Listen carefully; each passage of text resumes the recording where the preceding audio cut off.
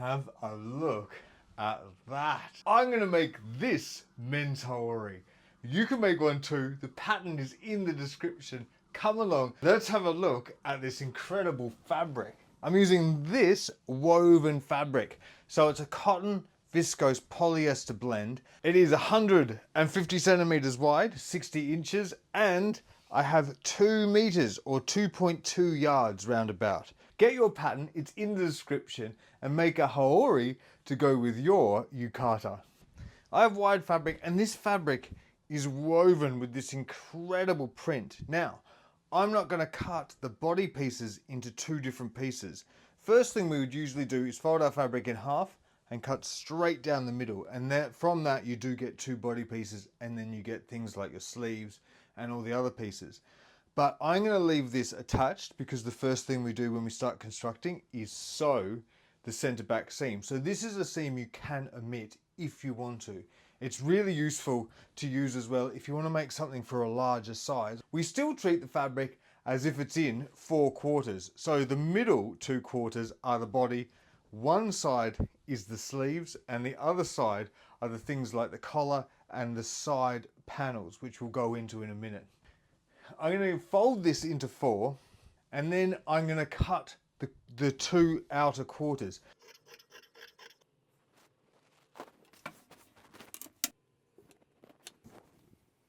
I now have a body piece like this. So you may have 2 pieces, 2 long strips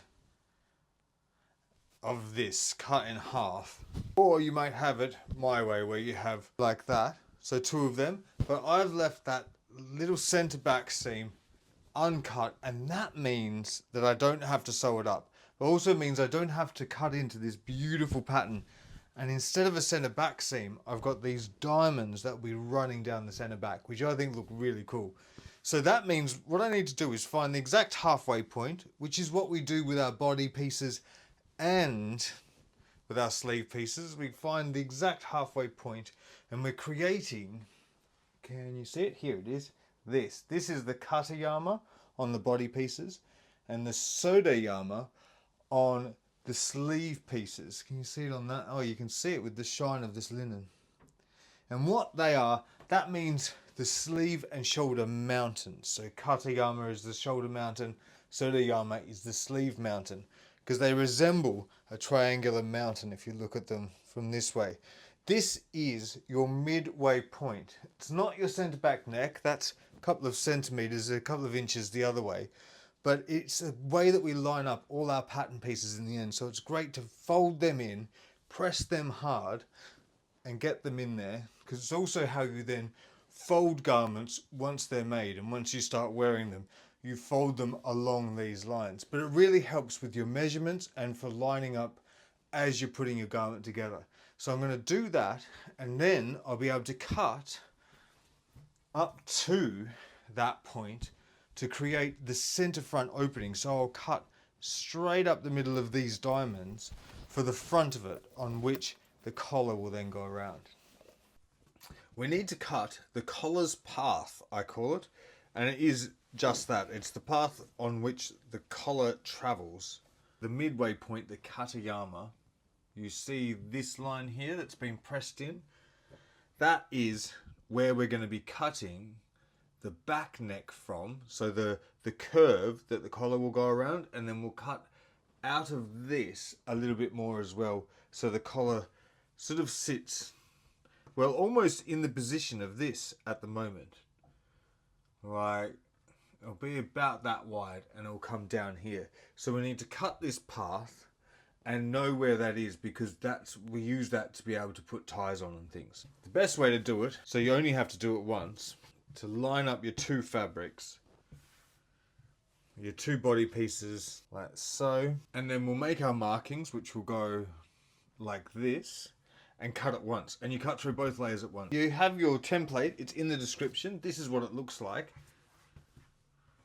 and that's the long and the short of it. It's quite simple, straightforward, and easy to do. You don't need to print out the template to do it. You can just do this. We're going from the center point, so there's your Kata Yama, there's your center back, and here's your center front as it stands at the moment. You're going 4 inches from that center point out along your Kata Yama,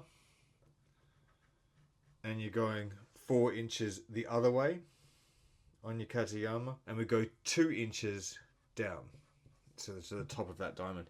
Now that is, by the way, 5 centimeters and 10 centimeters respectively. This part here, the 10 centimeters, is followed just straight down like that, and the back part is where we curve, and you just curve up and around to get a beautiful curve around there.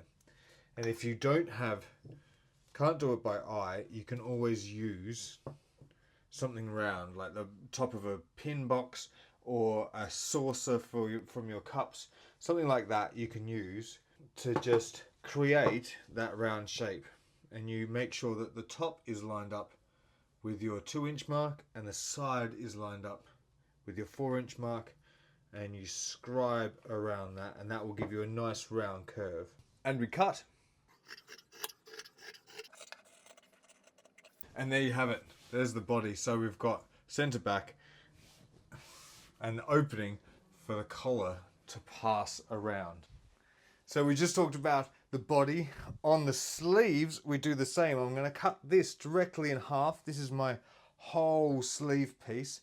In this, there are 2 sleeves. So it's 2 meters long, 80 inches, 2.2 yards. And I'm going to cut that in half. And then each of these halves make up 1 sleeve. So it goes over your shoulder arm like this, about there. And you see, it's about the same, it's almost exactly the same length as it is on my yukata.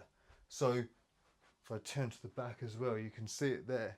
So once this is sewn, this sleeve will fit nicely into it. Can't you see that pattern? Doesn't that look fantastic?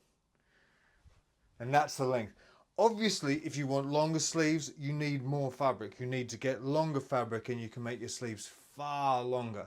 This one here on the door, that has sleeves that are 1 meter long. So it's as long as these sleeves are as the whole piece. So this is that whole sleeve like this. And it's really cool. Like, that's how long those sleeves are. So you can make them any length you want. You can make them a little bit shorter as well and not have this, what's called the doll, the little bit that hangs down there. But it's all up to you. In the pattern, I have them made to about this size, because this is the size the men's yukata is made to. It's also the size that we make the men's kimono. So your Haori will fit your kimono and your yukata within all the other patterns. Just like the body piece, I'm going to press in my Sode Yama, my sleeve mountain, so I know how to line them up and where to measure for to make the cuff, so the arm opening. So I'm going to get pressing and cutting. This is my collar. This just needs to be pressed in half, but in this case I'm going to press it in half down the whole length of the collar to prepare it to be put onto the garment. Now I've got a really cool pattern on this, and what I have to do is decide which side I want to be the outside. So one side will be this side, the outside, the right side of the collar if you like, but it's turned over, so it's an interesting part of the garment to talk about. So it's either going to go like this around my neck, or it will go like this. And I think that's the key, because I've got the diamonds again. The diamonds are the star motif of this textile, so I think I'm going to use them like that. And I love that they just peer into the inside as well, and that will hang down like this on the Haori once it's all done. It's going to look really cool.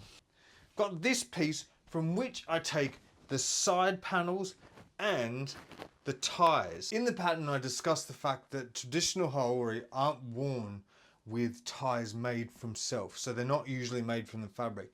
In a ryokan, when you're wearing a Haori with a yukata, and most of it's mostly all made of cotton, so it's less formal, made from going from onsen to onsen, they might have self ties made out of the fabric.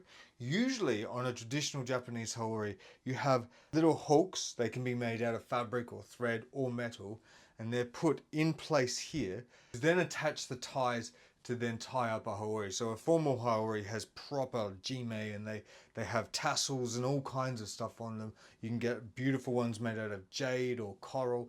But in this case, I've made it in this pattern so you have fabric to make the ties with, so you can be wearing it straight away. So that's what this last piece is for. In your pattern, you will see that there's side panels and ties. So I cut a bit of that last strip, which looked like this,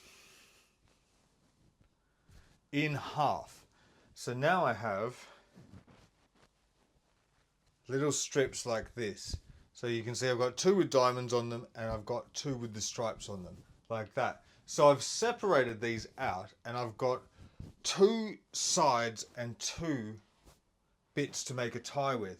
The ties first, you can make these however you want, but use the best party fabric. So if like me, you've got this beautiful fabric, I might make it so the ties have these almost teeth on them, and do it that way. And they'll tie at the front here, so there'll be 2 of them there. And the reason I've chosen these to be my ties rather than my side panels is because they're very white. And if you are going to put anything on the side, you always make it darker. That's just a rule in all fashion. The sides is where you put darker stuff, you put lighter stuff in the center. Makes you look slimmer, basically. So there you go. So that's what I'm going to do. These are your side panels. In Japanese, they're called machi. So let's have a look at what their use is. If you're very slim, you can omit these altogether. You don't need them. So they're not crucial for a men's garment. They go like this on the sides. In fact, I'll show you with the body piece. So I've got the body piece here in a sort of poncho form, and that will sit like this, which all the frayed pieces just magnetized to this linen, which is fun.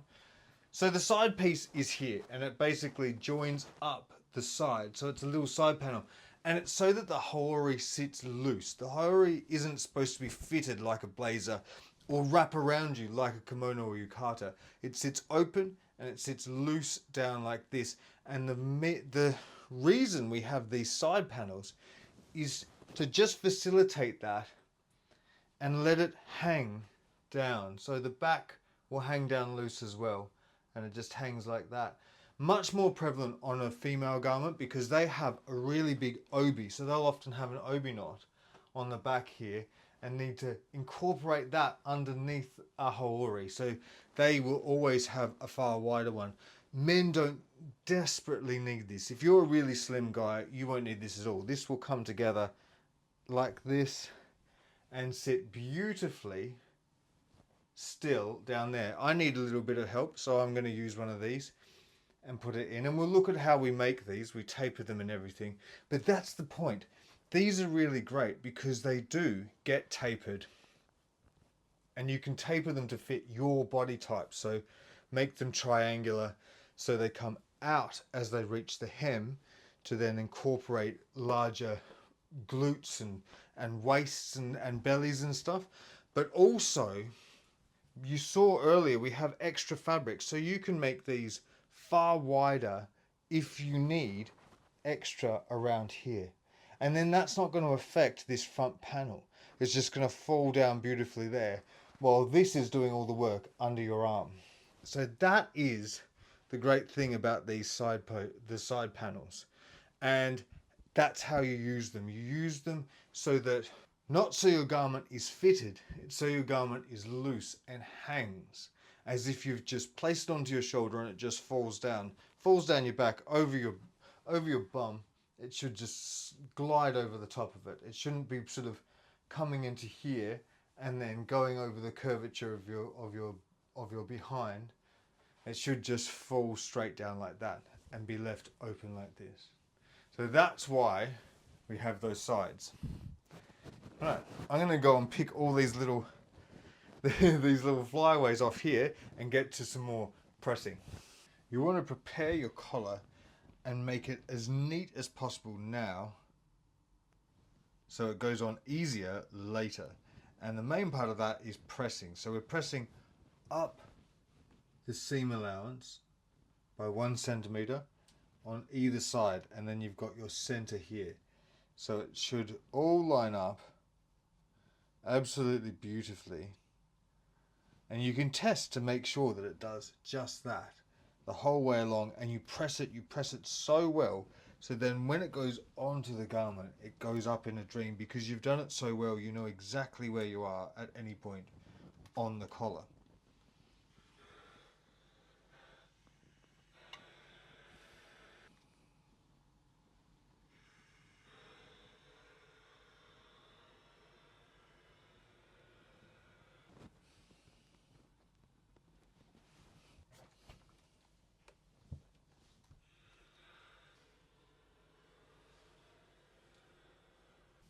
So you see there, that's perfectly aligned all the way along. So when I come to sew through all of that, I know that the other side is just there the whole way through. All that preparation is for that, and it makes it so much easier in the end.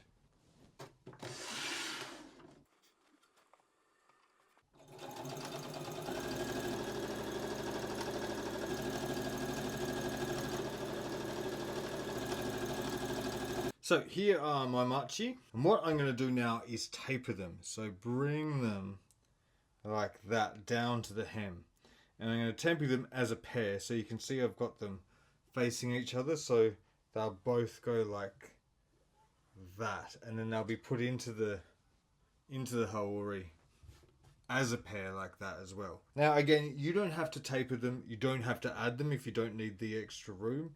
But if you are tapering them, I'm going to do it the way it says in the pattern.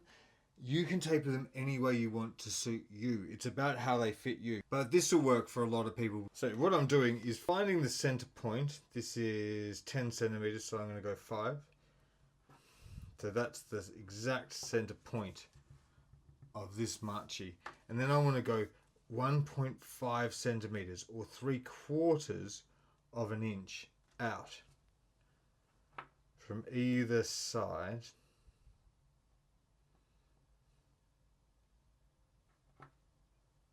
like that. And I'm going to put a snip in so I know where I am. So you see, I've done 3/4 of an inch either side of the center. So it's 3/4 of an inch that way, 3/4 of an inch that way, which is 1.5 centimeters, 1.5 centimeters. And now what I do is I want to go from that point down to the end in a diagonal. Match those two up like that. And then on here is scribing along here. It goes from here to here on a diagonal. Like that.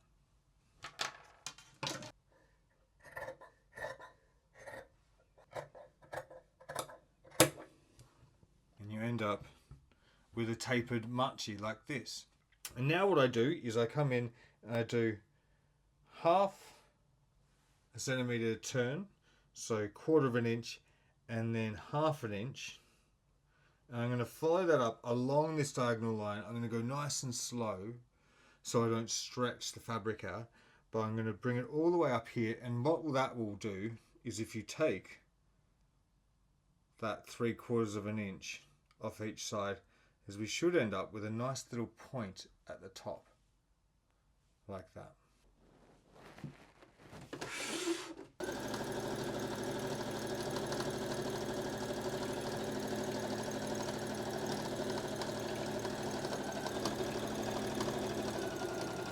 So now I'm doing raw edge management. This is written in the unlined version. We talk about it a lot, and we talk about it a lot in a lot of my patterns. These are long, straight pattern pieces, and if you don't have an overlocker, a great way to deal with your raw edges is to fold them once, then fold them a second time, and you sew that down, and that becomes your edge instead of a frayed raw edge like that.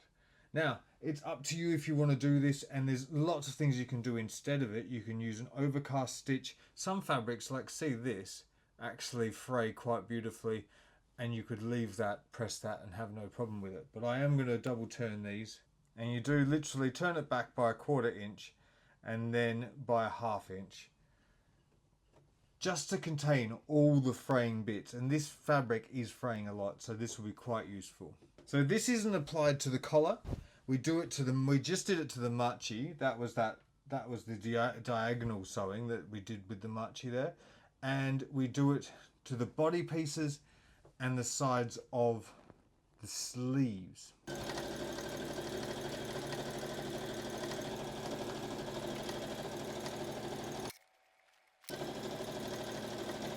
Now, when it comes to the body piece, you want to treat the raw edges of the sides. So here's our shoulders.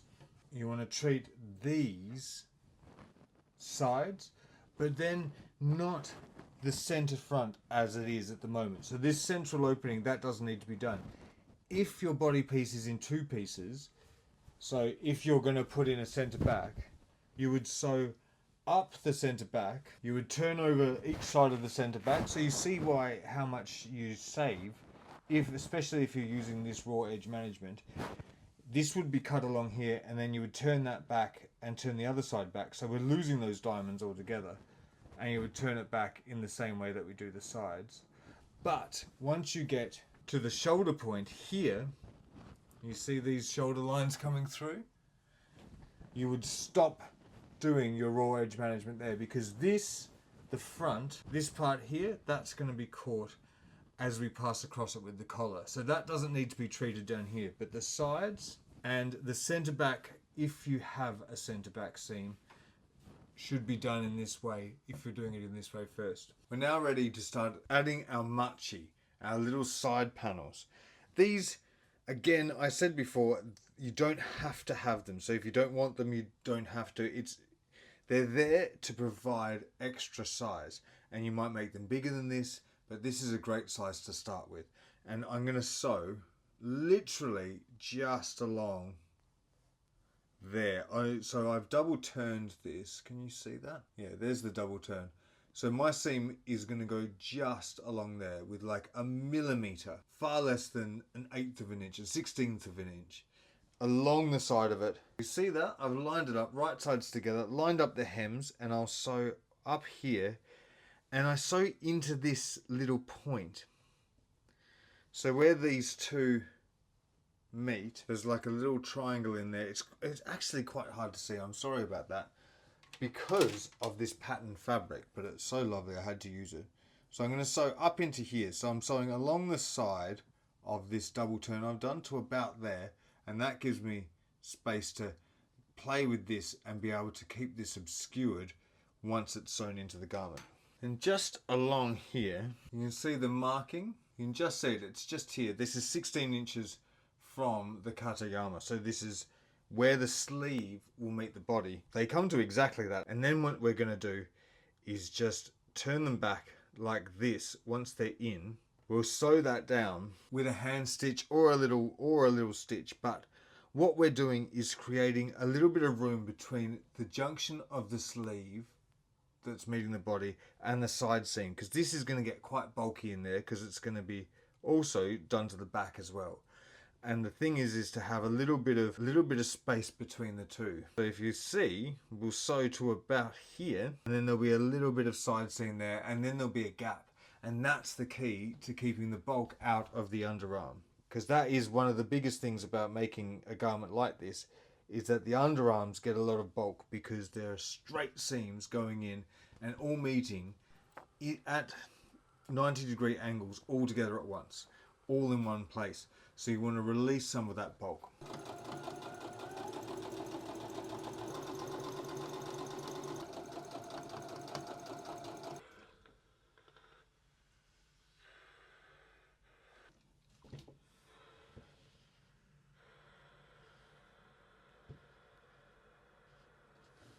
Now that we have the machi, the side panels added to the side, on one side each, we move to the sleeves before we then do them to the back. Get your Kata Yama, that middle point, and these are so simple. We're literally bringing them out, lining them up, their markers. So we've got the center point, we've got 40 centimeters or 16 centimeters down each side seam like that, and you literally sew A to B, and that is it.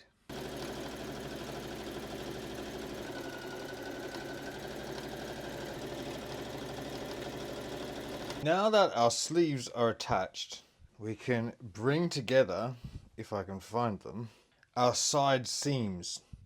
So these are interesting because we have the machi. So first of all, here's your machi there. There's the body. There you go. So you have a machi running down here. It's only small. It's tiny, but it does make a little bit of a difference. And of course, you can make it far larger. And that's with your measurements that are in the pattern, talking about your ushiro haba, the width of your body pieces, and working out how big they need to be.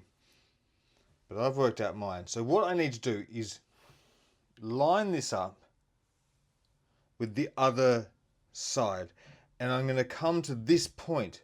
So where that has been stopped there, I'm going to do the same thing. Come down to that point. Like that. So all the way down there. So then we're going to have the machi will be this little side panel in there. And you can see why I've been talking about the bulk under the sleeve. So there is the sleeve up the top. And we're just trying to relieve the bulk that's under there. So the machi, you can see, is stopping about an inch from the sleeve. And then we'll have a tiny little side seam that we just go, we do like half an inch, 1 centimeter, maybe a centimeter and a half of sewing just there. We're not going all the way up to the sleeve. We're not going all the way down to the side panel, the machi. We're just filling in a little bit and leaving about 1/4 of an inch, 5 mil, from the machi and from the sleeve. So then this can all move, but it's still closed and you don't have a hole.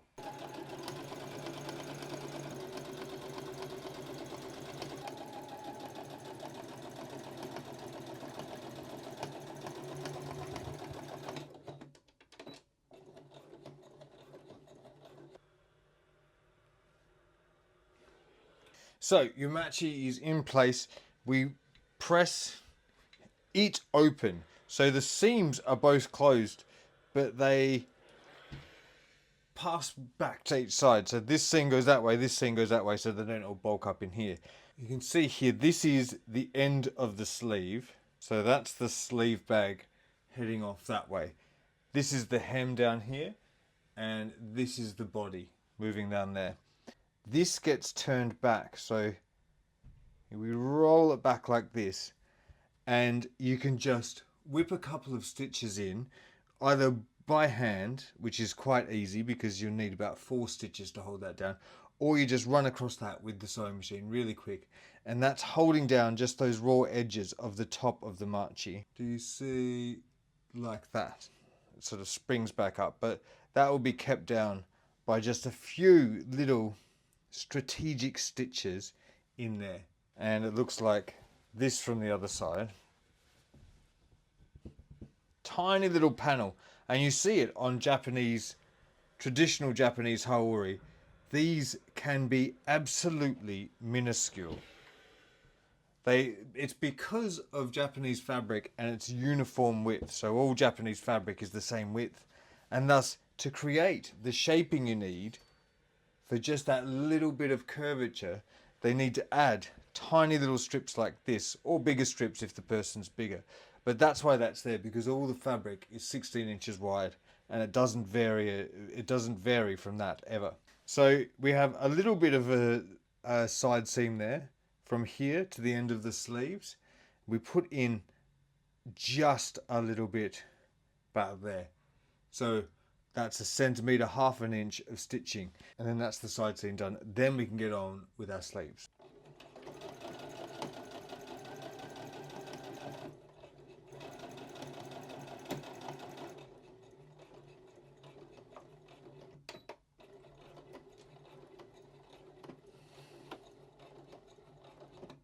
I'll show you how to do this little part on machine. Get everything as flat as possible, and we're just getting that little knot there, the top of the machi, folding it down. You sort of fold it in on itself and down at the same time.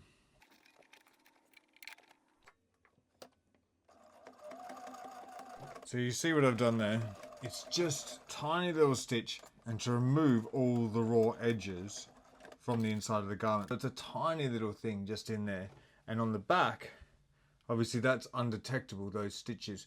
Now, you might have fabric where that would really show up. In that case, I would do the same, fold it down like I did, whip across with a little hand stitch just to hold that in place, like that. But that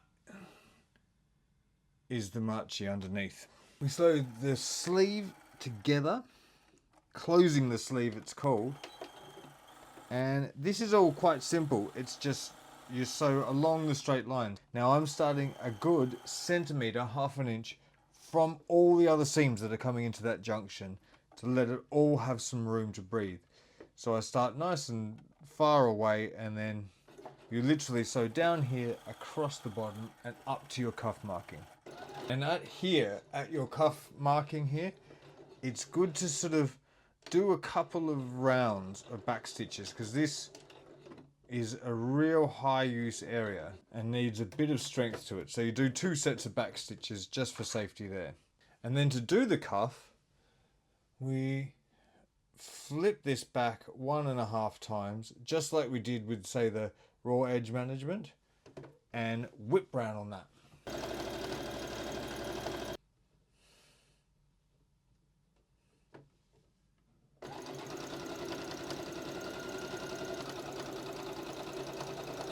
Now we lift the hems. Lift them by 1/2 inch and 1.5 inches, or 1 centimetre and 3 centimetres.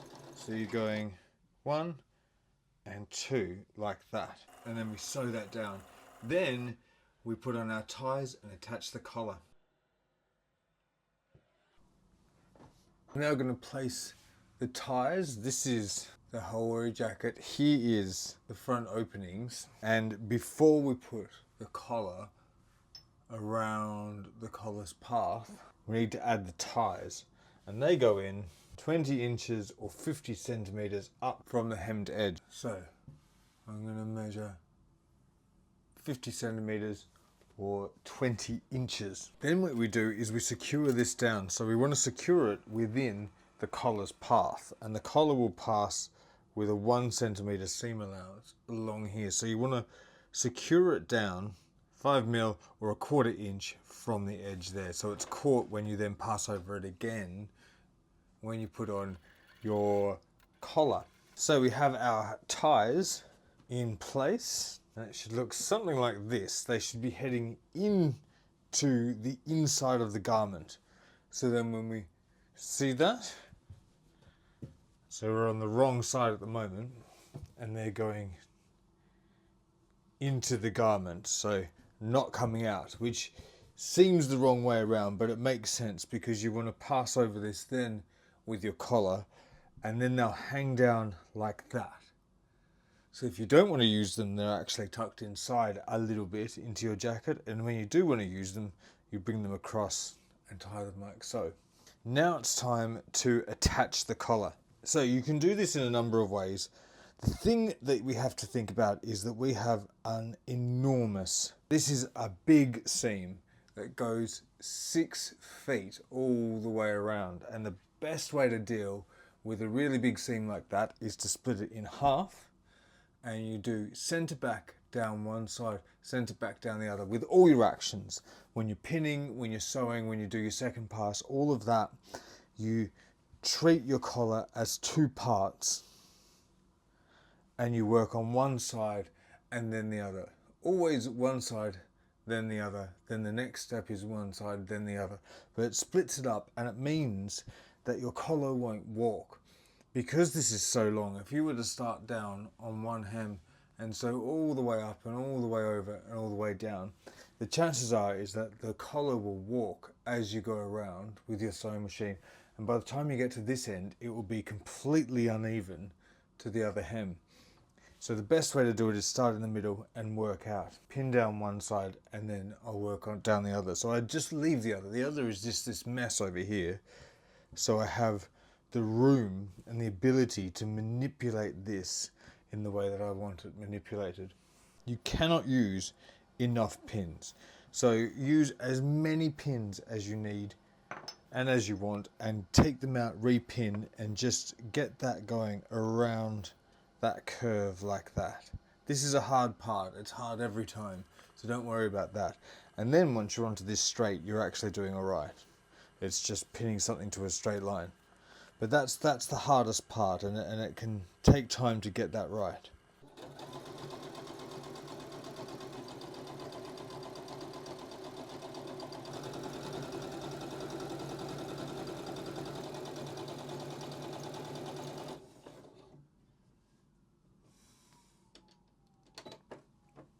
So it says in the pattern to stop about 8 centimeters, around 3 inches, before you get to your hem down here.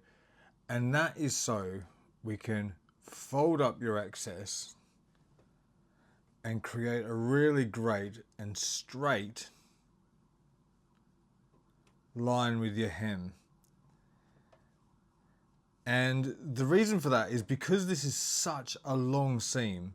It's a 6 foot seam, so you're going a long way around.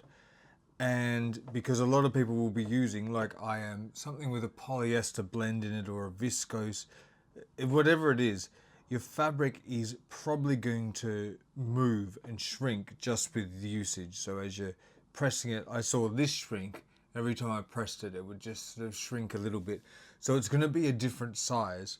And this means that you can line everything up at the end and make it all flush like that. And then what we do is we come in, I'll press this really well, and then I'll come in and I'll continue the seam down to here and then go across the bottom. And it just means there's less mistakes. So if something is a bit off at the end of all of that, you don't have your collar not meeting up with your hem and making it all funny along the bottom. This means that you'll always get a nice crisp look along the end, no matter what you do and no matter what fabric you're using. So it can sort of shrink a bit. This might not shrink as much. There's so many factors. So you just want to get it like this. So see, there's the end of the hem, and there is the end of the collar. And I've just pushed that in myself and then checked that it's all flush and it's all straight, going along the same line as the hem.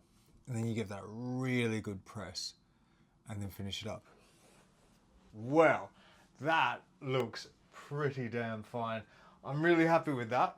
It looks amazing with the black linen yukata as well. It feels good as well. There's a nice heft to it with this fabric, that woven fabric. You can see how thick it is because all the white on the outside is another fabric on the inside. I've got the ties as well. I'll tie them up in a minute and show you them, but I wanted to be able to sort of show you it all. So you can see why I didn't cut the center back when you see it like this. Isn't that cool? With that incredible diamond going straight down the center back. It really does have an impact. And also the choice of having the diamonds coming down here on the collar. The collar could have been this way. Oh, that would have been cool as well, having the stripe. But I think having the diamonds coming down here to sort of frame the entire ensemble works quite well. We put in the machi just here, which does let it just sit. I have quite a big behind and a big stomach, and it just lets it fall nicely over everything when it's sitting like this. This is how a haori should be worn. It sits nice and flat. You don't pull it closed like this. You leave it to fall like that. And then once it's fallen, you grab your ties, tie them in the middle. Notice though, I'm not applying any more tension to it. It's just holding it in place there. And that's how it sits. I hope you've made one. I hope this has inspired you to make one or is helping you as you go through your pattern. You can get your pattern right now. It's in the description. Come along and make your own men's Haori. I'm Kimono Alex. This is House of Kimono. Follow me for everything about kimono.